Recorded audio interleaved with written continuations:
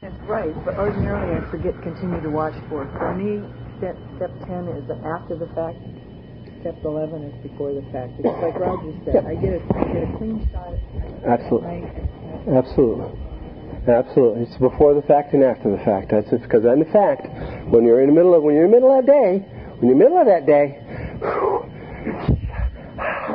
we're subject to do things we don't want to do, and that's when we're going to find out what they are and straighten them out before we start the next day. Okay? Any other questions? 10 step, 11 step. Let's do the 12th step. What do we got on time, honey? What do we got on time?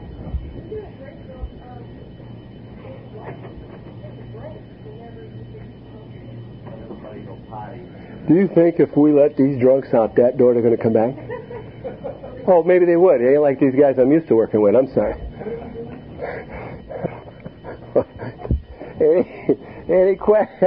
Any questions on 10 and 11?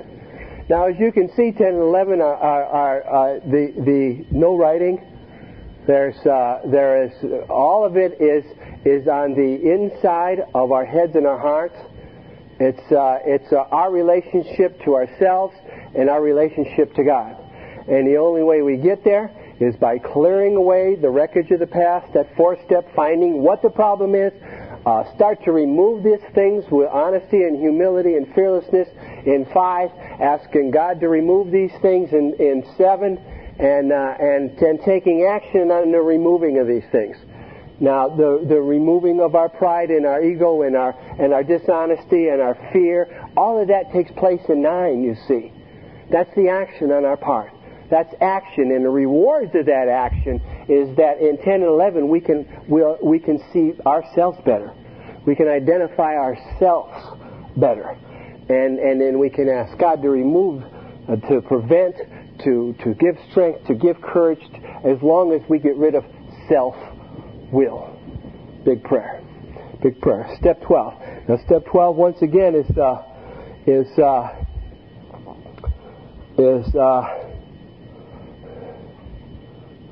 I have an allergy. Anybody got allergies here? To dust? Good. What are you allergic to, Pam? She's allergic to penicillin. Anybody else got any allergies? What are you allergic to, huh? It's cute. I like that. Smoke. Allergic to smoke.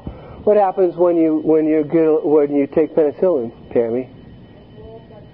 Blows up like a balloon. Yeah. No. No what? No. Oh, snow. She's allergic to snow. She wrecks cars. Oh, she smashes cars when she gets in the snow. That's the allergic reaction. Well, let me ask you this question. Does everybody agree with this book? Concur? Is that the word? Concur with the book that what we have is an allergy, sickness, malady? No? You don't concur with that? Okay. Well, we just read what the guy said. Well, we just read what the guy said, right? That's all we're going to go by. So what we're going to do here is what it goes by. The doctor says it may be an allergy. He doesn't say it is. He says it may be an allergy. Okay. That's the exact terminology in the big book. Okay. But if you take it for what the intent was, all they knew was an allergy. They knew that allergies were passed on, so forth, and it's a trait that's passed on. And if you look at it just from that standpoint, that alcoholism is a hereditary, a trait that may be passed on. Okay, I can accept that. As an allergy that has anaphylaxis as a reaction and all the allergic symptoms. It doesn't have all the symptoms of a typical allergy, but is it hereditary? Yeah. That's according to when the book was written, that's the best way to do it. I think they're getting more towards that part than an allergy. Well, if I didn't have any women here, I'd tell you all what to do. So we're not going to go in that direction at all. Let's go to step 12. Jeez. Whew. I hate dealing with these guys that are sober and know something. God, I hate this. Man. What? I live in Mount Desert, and I go to the Alcohol Awareness Hour lectures, many of whom are doctors. And I think the Betty Ford Center as a family. Uh-huh. I I'm sure that they have done research to prove that it is. You are physically different and you cannot tolerate alcohol, which qualifies as being like a diabetic. You can't tolerate certain things, and that it is an illness. Okay, we ain't going there. I ain't going there. I was going to give you one fast one, bing, bang, boom, and get on to step 12. But no. Oh, no. We got knowledge here. Well, they didn't say it was an allergy. They said it Joke was of Little Rock. When I take a drink, I break out in bad behavior. Well, when you take a drink, if you're alcoholic, if you're a drunk, you break out in bad behavior. If you're an alcoholic, you break out in the phenomenon of craving. That's the manifestation, and that only happens to alcoholics. They call it an allergy. I'm just going to make a simple story, but no, we know too much. No. Betty Ford, you are the first person I have ever met in my life that has ever been to Betty Ford. You know, I used to have a god-awful crush on Kitty Dukakis. Oh, yeah, anybody drink rubbing alcohol is my date. Oh, come on, honey, let's stop and get a bottle, you know, cheap date. This is a joke. Here we go. To the what? No, not to the what? No.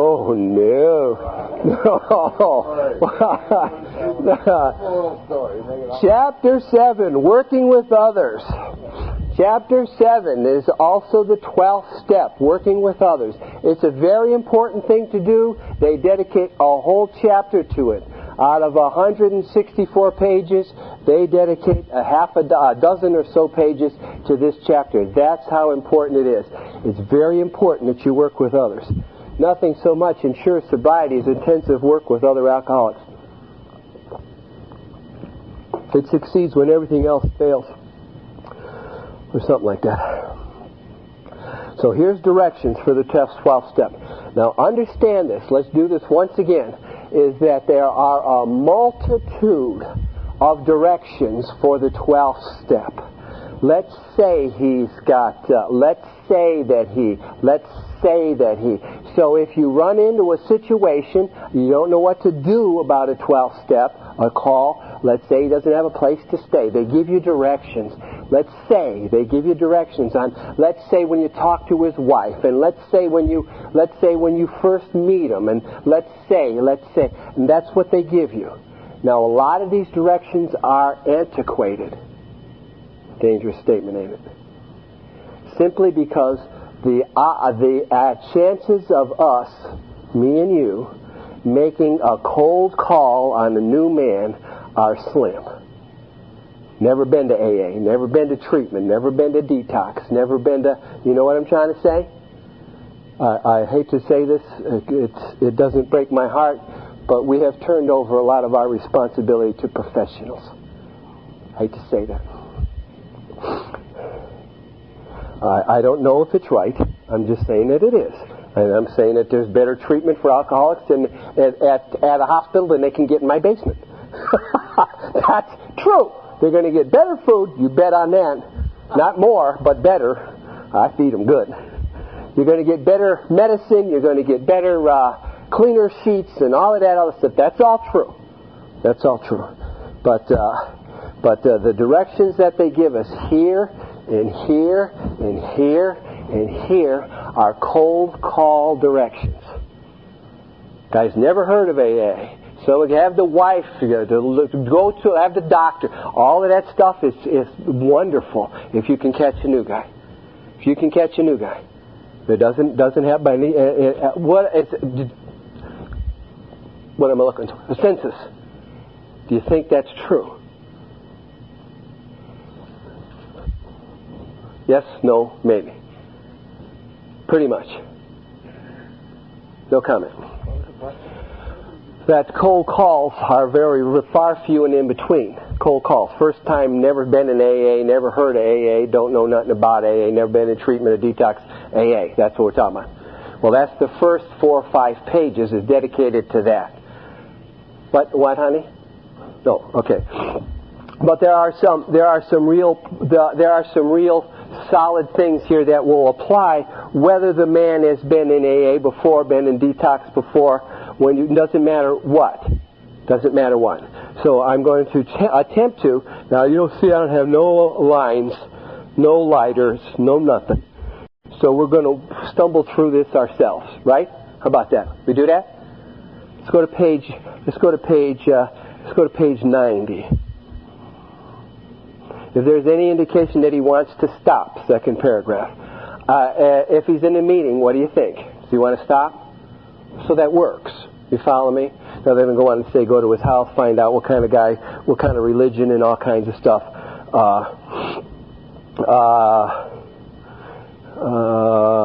Our job.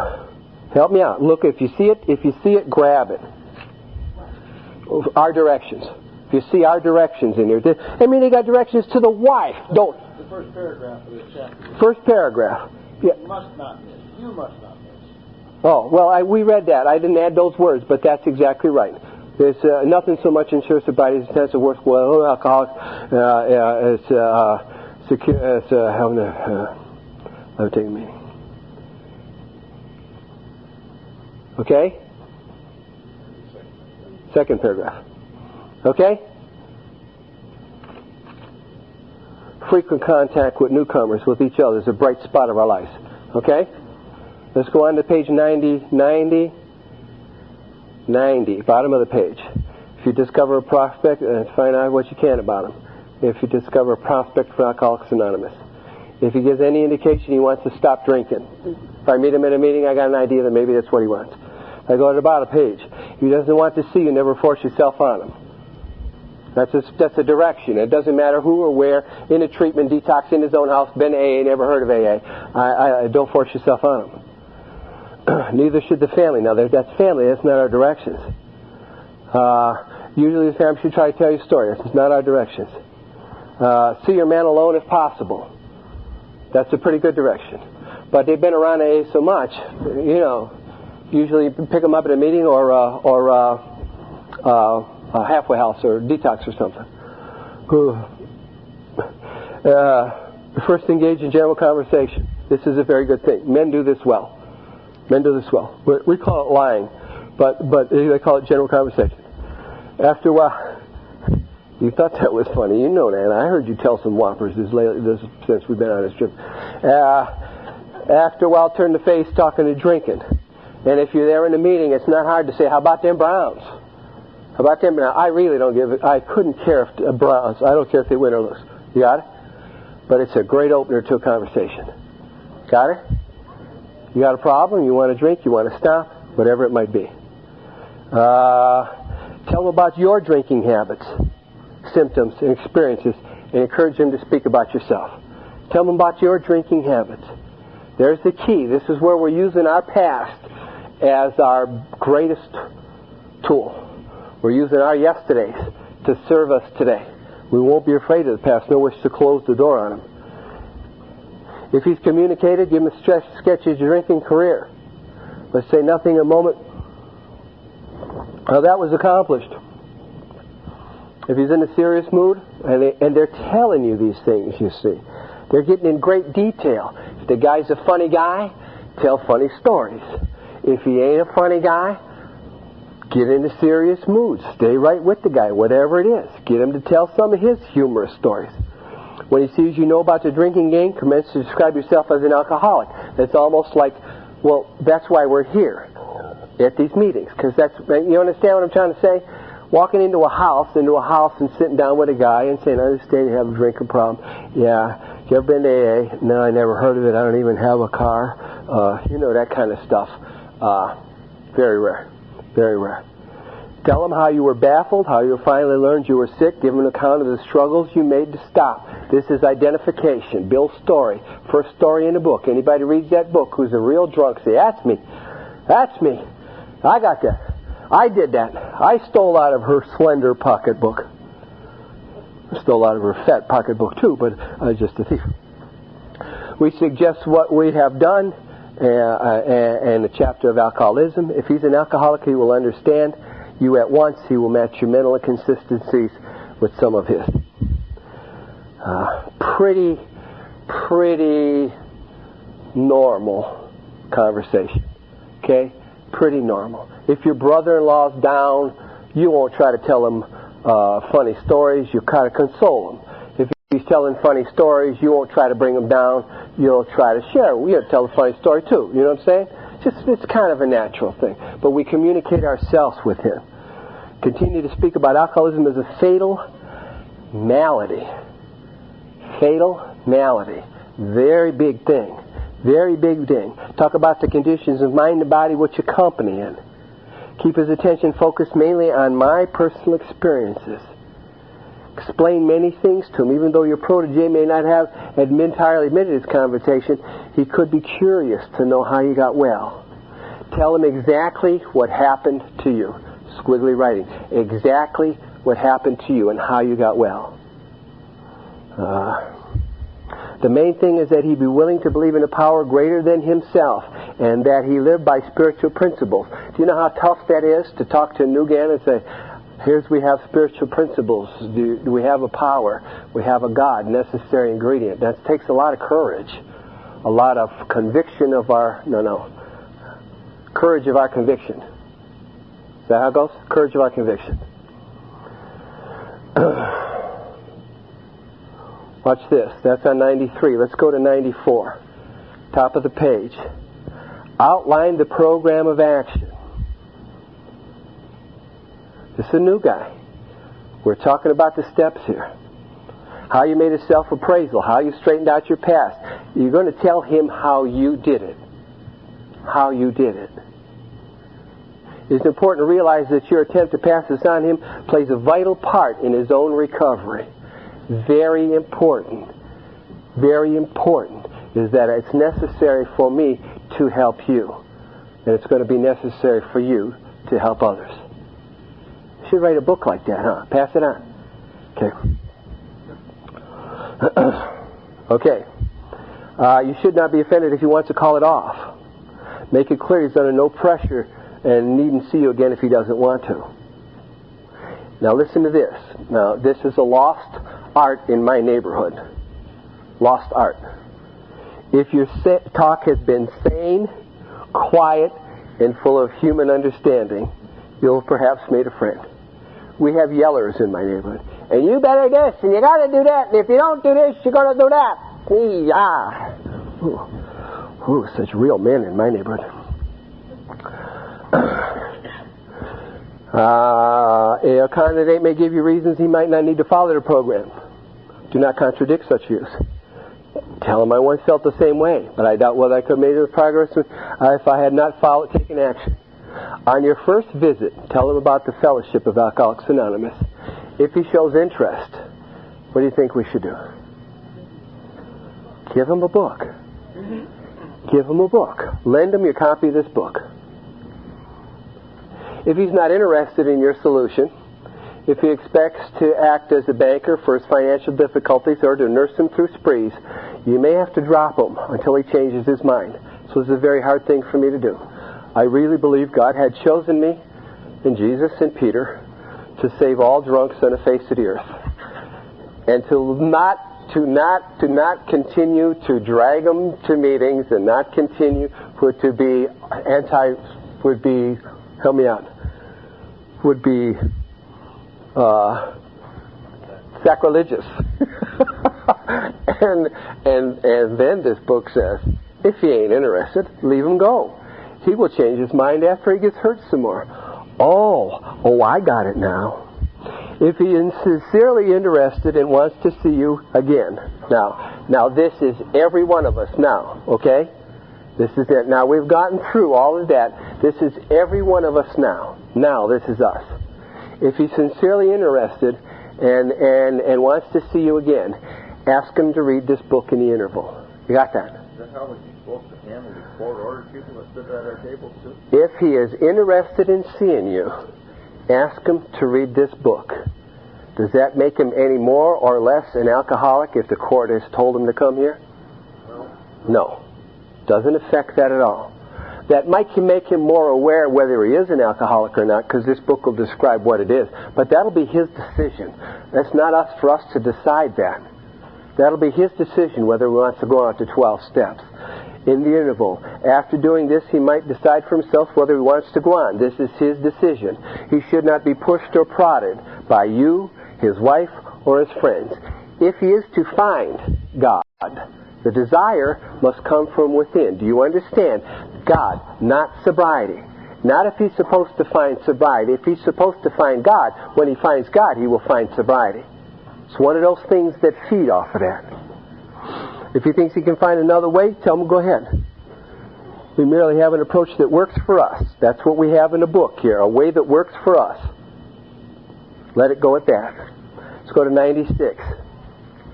Don't be discouraged if your prospect does not respond.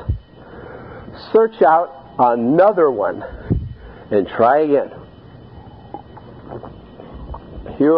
I like this line. You are sure to find someone desperate enough to talk to you. It doesn't say that. Desperate enough to accept with eagerness what you offer, but I like that. We find it a waste of time to keep chasing a man who cannot or will not work with you. Okay? 96, second paragraph. Suppose now you're making your second visit to a man. Do you understand that second visit? Rookie guy, right? Rookie guy. Second visit. He has read this volume, and he says he's prepared to go through 2 meetings. He's prepared to go to 90 meetings in 90 days. He's prepared to not drink and go to meetings. He's prepared to get a sponsor. He's prepared to get a home group. He's prepared to have no sex for the first year. He's prepared to shut up and listen and not think. He's prepared to make coffee. He's prepared to be totally obedient. No. None of those things. Here's what it says. That he's prepared to go through it, the 12 steps of the program of recovery.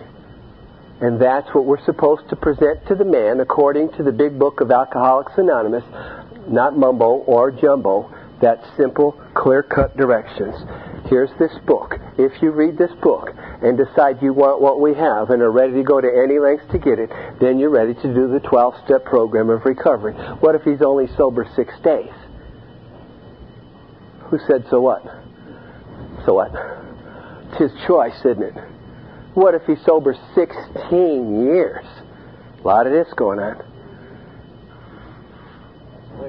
So what? That's right, it doesn't matter. So what? So what? We're not judges nor gods. We're just drunks willing to help. Having had the experience yourself, what experience? 12-step experience. Having had the experience yourself, we read all of this at the beginning of the last meeting. I can give him much practical advice.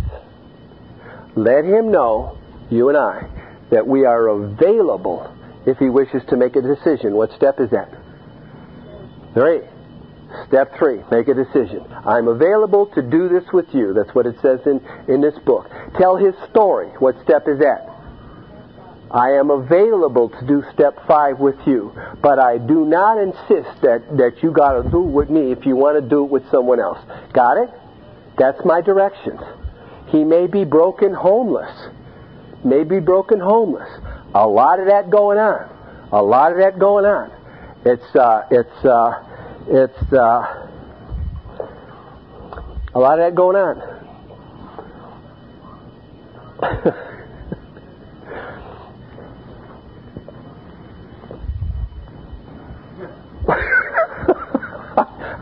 I can't help it because if he's broken homeless, I tell him this. Get a job. Get a job.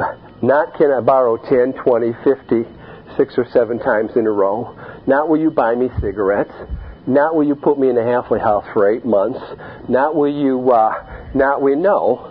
I got a book that says, he may be broken homeless. If he is, you might try to help him find a job. I give him a little financial assistance. How much? Little. I'm not good at this. I've gotten furniture and clothes and bags of food, and I just get into it because it feels so damn good to be a giver. You know what I'm saying?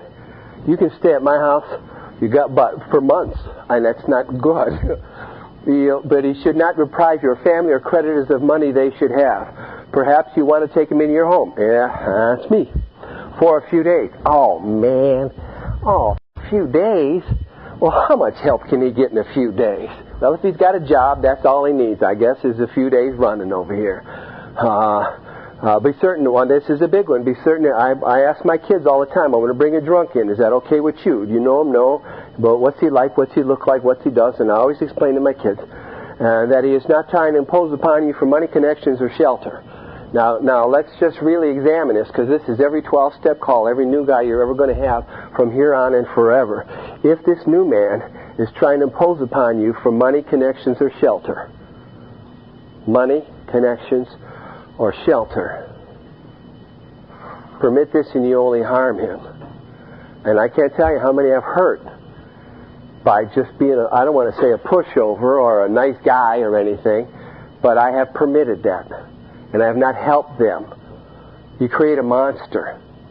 Create a monster. Permit this and I only harm him. You will be making it possible for him to be insincere. Now, I told you I do a lot of work with a halfway house. Every Saturday I'm there, every Saturday. And their policy is you don't work. Their policy is you get on welfare.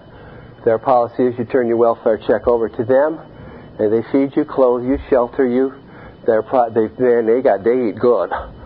They eat good. Okay? So when I read this to them, what I just read to you, they say, well, that ain't what we do. That ain't how it is here. And my response is simply this. This house is not Alcoholics Anonymous. This is Alcoholics Anonymous. If you choose to work these steps, then you might have to leave here. That's no steps. But I always give them this line that we're reading right now. And that line is this. And many of these guys are repeaters. Everybody deals with repeaters, ain't it? Here's the line. I may be aiding in your destruction rather than your recovery.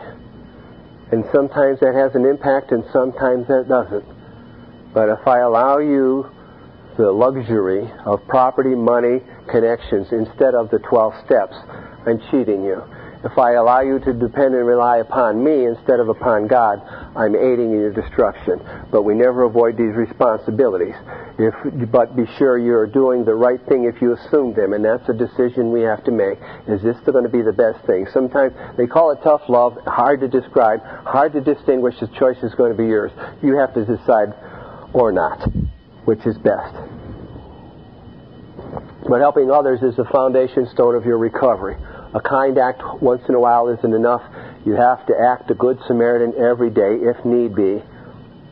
Maybe you lost a night's sleep, great interference with your pleasures, interruptions of your businesses, may mean sharing your money, your home, counseling frantic wives and relatives, innumerable trips to police courts, sanitariums, hospital, jails, and asylums. Your telephone may jangle at any time of the day or night.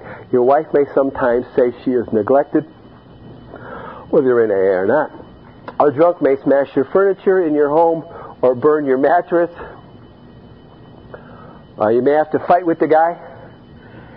I've never been beaten in a fight with a drunk.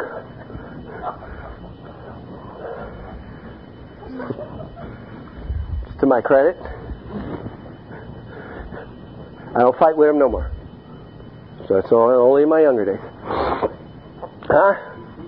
I quit fighting with him. I could tell you stories that make your hair stand on end. I had one drunk come over to the house. We don't lock our doors. This is one of those things, you know what I mean? We don't lock our doors. The guy come in half bagged up. I'm at work. I worked a midnight shift. I got 3 kids. None of them's teens yet. He's over here and he's drunk and he's making the bird drink. Got my parakeet pouring wine on my parakeet, trying to get the parakeet to drunk. Call the cops. You know how long it takes the cops to get from your house on a simple drunk call from their station to your house? That was 8 years ago. They still ain't showed up. Okay?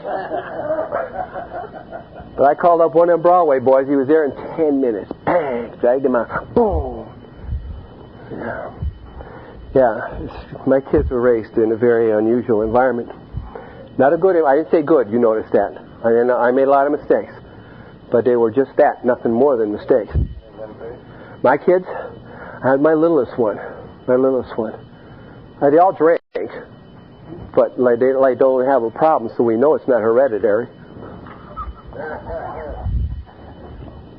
I just kidding. Don't start on me, boys. Don't start on me.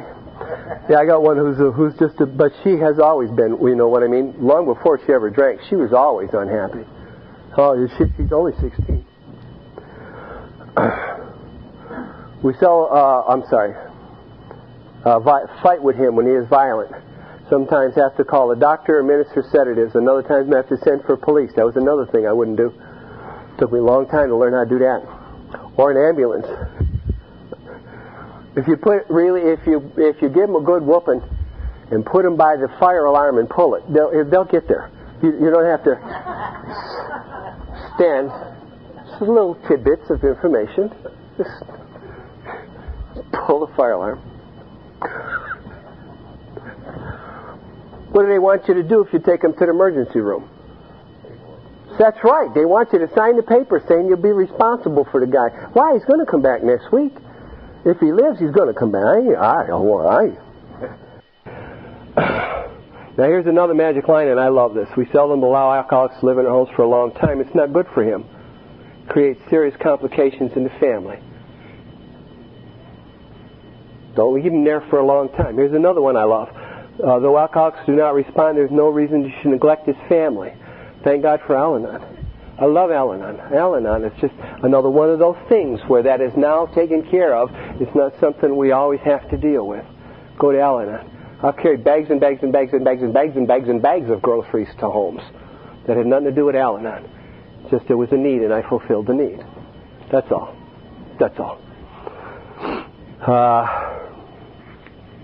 For the type of alcoholic who is able and willing to get well, little charity in the ordinary sense of the word is needed or wanted. That's a specific direction. If the guy's a mooch and a bum and he's taking to the cleaners, you're killing him. You're not helping him. Help him get a job. The man who cries for money, shelter before conquering liquor on the wrong track, yet we do go to great extremes to provide each other with these very things. This may seem inconsistent, but we think it's not. It's not a matter of question of giving, it's a matter of when and how. That often makes the difference between failure and success. And the bad part about it is that we have to decide the when and the how. You know what I mean? The good part of it is, the more we do it, the clearer it becomes, the when and the how.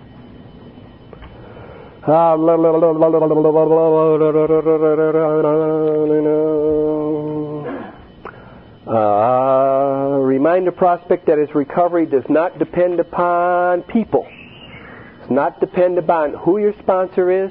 Does not depend upon how many home groups you got. Does not depend upon how many meetings. Does not depend upon how much you sweep the floor. Remind, it does not depend upon people. It depends upon his relationship with God. Where do we get a relationship with God? 12 steps. 12 steps. Both you and the new man walk day by day in the path of spiritual progress. If he persists, remarkable things will happen.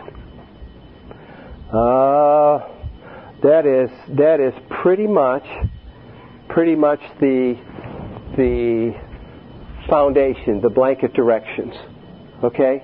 Now there's more. I'm not denying there's not. There's a lot more to read, and I please ask you to read every bit of it. But we're just not going to cover that at this time. Here's another obsolete language here. Obsolete story. Many of us keep liquor in our homes. That's not obsolete. We needed to carry through green recruits who recover from a severe hangover. I mean, just throw them in a jitter joint, pop them in a detox. I mean, you know what I mean? It's just that's where we've given them that. We've given them that part of our program.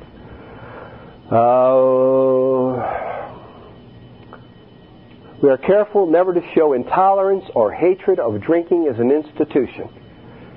Experience shows that such an attitude is not helpful, and what we want to be is helpful. Once again, helpful is what we want to be.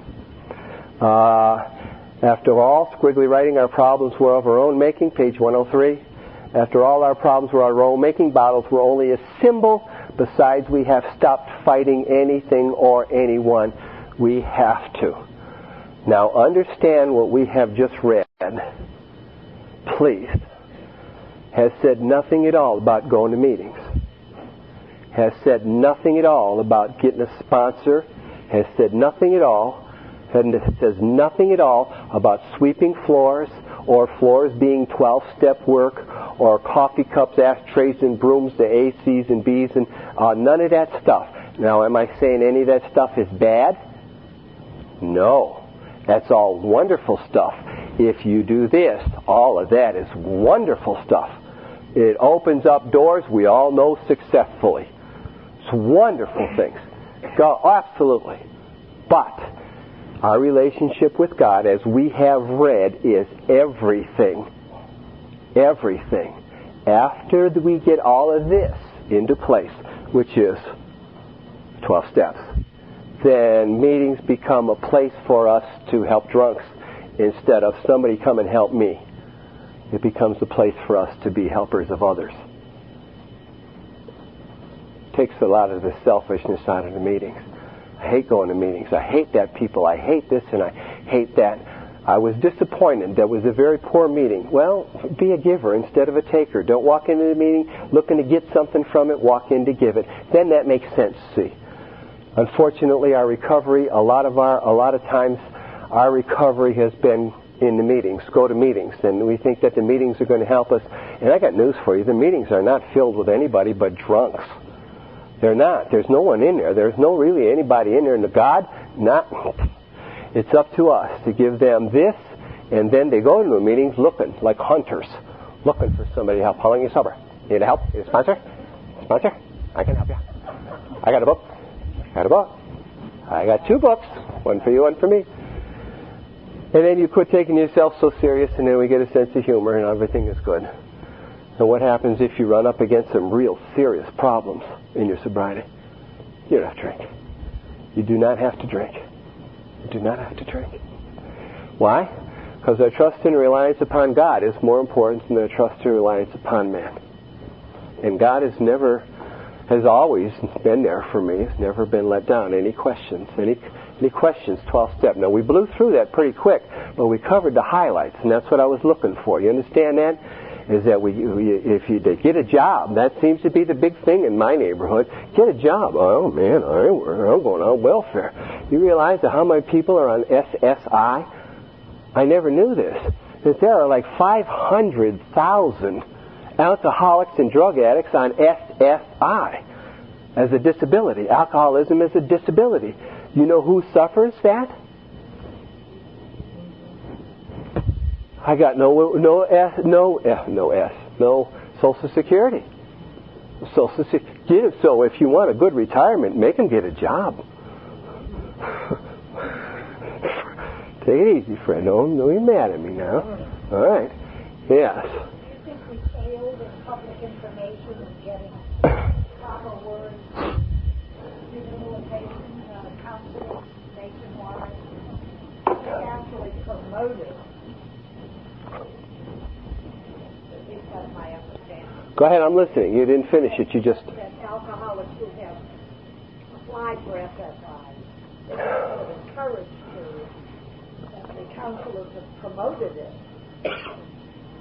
Okay, let's understand something. What are the directions that we read? Get a job. Get the steps. That's what we read. Do you really expect the counselors at a hospital or a detox center or a treatment center to tell them you go to God or get a job when everything they have depends on them not going to job or not getting to God or whatever the case might be? Our job is this book. Their job is not. They do not have to adhere to this book one iota. I can't tell you how many times, to this very day, good friends of mine will walk out and say, that ain't AA.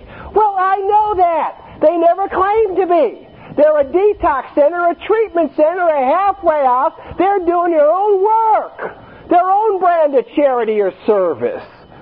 We got directions for us to follow. It's not hard directions. We read them, right? We read them. One defense. When I first started this game, you know what the mortality rate was for detox? Not medically supervised? 6 to 8%. Yeah. So there is, as far as I'm concerned, there's a place for the detox. Oh, but I said that, didn't I? Yeah. You'll get better treatment in the hospital than you will get in my basement, and that's for damn sure. People die. Oh, see, no, I haven't. I mean, I have never had anyone die in my basement. I've had a couple of them wish they was dead. A couple of them that wanted to be dead, but I never had any of them die in my house. Now, I've had them die in other places, you know, but no, I'm not at war with anyone. I'm not disagreeing with any method. I'm saying here's what the directions say for you and I to do. I don't care what they do. Rand report. Who's the old one? You're an old timer. Give me a couple more old 25-year men. Rand report. What is that? 75. Well, they took 100 guys, 100 men they took, and give them this treatment. Rand report. And they have proven that 50% of them or something went back to normal drinking. Yeah, I'm not lying to you. Right. Where's the other 50? 8 years later, they print a little thing, Rand report. They didn't know where the hell they're at. Half of them have died, half of them went to AA, and the other half, they, disappeared. But the Rand report was a page and a half on a Sunday supplement. Big deal. What's this last thing we got? What is it? Moderation management. Oh, yeah. Three, is that the one with the 3 steps to programs? Oh, I mean, they got all kinds of crap. What we have is this book. Do you understand that? This book is the basic text, the foundation of what we have and should do. If you don't adhere to this book 100%, well, you're just as normal as anybody else. You know, all we can do is try. All we can do is try. They might someday come up with a solution to alcoholism. We've read that, or you should have read that, but they haven't yet. And I wouldn't want to discourage them. I think a solution to alcoholism would save a lot of children who are just absolutely destroyed by a drunken father or a drunken mother. And if they solved the cure for alcoholism, and it was never an AA meeting again, we'd still have cocaine and marijuana and crack and, you know what I mean? I mean, it's still there. There's going to be destruction. It's going to be destruction. Hell, if you're an alcoholic now, you're damn near a dinosaur. I mean, yeah, that ain't nothing, man. I'll smoke crack. Ooh. Questions? 10th, 11th step, 12th step, 9th step, 6th step, 4th step, 9th step, 3rd step, 4th step. How much? Talking there about going one-on-one on the whole step call. And it seems logical. I mean, it'd be less threat to the person that says you're easier to, I would think, maybe to communicate one-on-one, but in your experience, I mean, I got thrown in the first month I was sober. There's no way in hell I could have handled the bullshit. I guess I could have. I went with my sponsor. He, the fellow we were smoke testing, identified me as a beer drinker, and identified him as the next biker. You know, so I don't know. It worked. 2 for a year. Do you see any pattern or hard and fast to this? No, we got a set of directions. But that 12-step call, that cold call, is so rare. It's so rare. Do you really think that I'm going to walk in on a Saturday night into the Tremend Lounge and say, I'm from AA, come on, let's go? Man, in the Tremend Lounge on Saturday, they got their gloves on.